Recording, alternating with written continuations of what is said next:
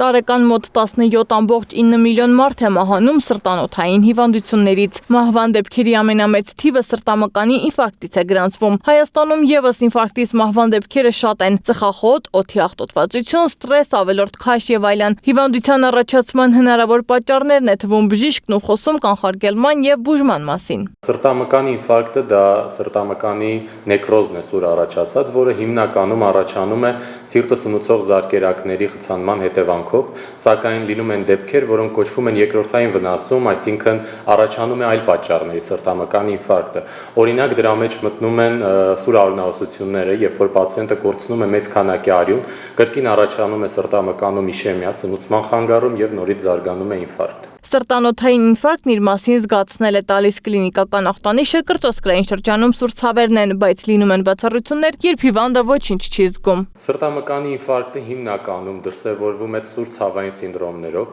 սակայն լինում են բացառություններ, որ կարող է որևէ ձևով չդրսևորվել կամ դրսևորվել այլ երևույթներով, օրինակ ուղեղային երևույթներով, պացիենտը ունենալ ուշաթափություն, գլխապտույտ եւ այլն։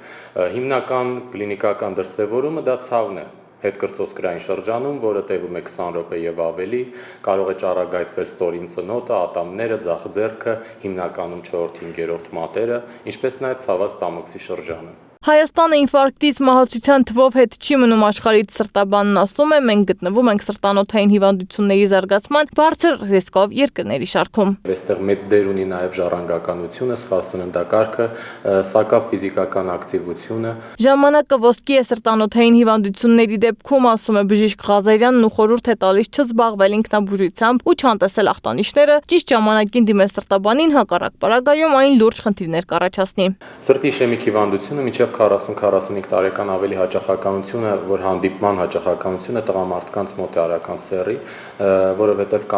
կանայք դեռևս գտնվում են հորմոնալ այնպիսի շրջանում, էստրոգենային պիկերի շրջանում, որ սրտի իշեմիկ հիվանդության հավանականությունը իջնում է։ Կանայք կլիմաքսից հետո արդեն հավասարվում են տղամարդկանց եւ այստեղ սիրտանոթային ռիսկերը գրեթե հավասարվում են միմյանց։ Տարիքայինը այո, հիմնականում 40-45 տարեկանից հետո արդեն համարվում են իշեմիկ հիվանդության բարձր ռիսկի խմբում։ Սրտաբանին ամենահաճախ տրվող հարցերից մեկին՝ կարելի է դադարեցնել բուժումն առանց բժշկի ցուցման, բժիշկը պատասխանում է՝ ոչ, չի կարելի դադարեցնել դեղորայքի ընդունումը, եթե բժշկի ցուցում չկա։ Բացարձակ չի կարելի նմանատիպ բաներ անել եւ ոչ էլ լսել հարևաններին կամ ընկերներին եւ ընդհատել որևէ դեղորայք։ Հիմնականում պացիենտները ընդհատում են հակախոլեստերինային դեղորայքները, սա առավել եւս վտանգավոր է սրտի իշեմիկ հիվանդության դեպքում, հիմնական ցուցանիշները վերցնում են, որ նորմալ է խոլեստերինը եւ դեղը այլևս չեն խմում։ Սա կոպիտ սխալ է եւ մեծացնում է տվյալ մարդու սիրտանոթային մահացության ռիսկը։ Եվ խորհուրդս է, որ որևէ պարագայում անկախ նրանից իրանք պահում են դիետա, սննդակարգ եւ խոլեստերին իջեցնող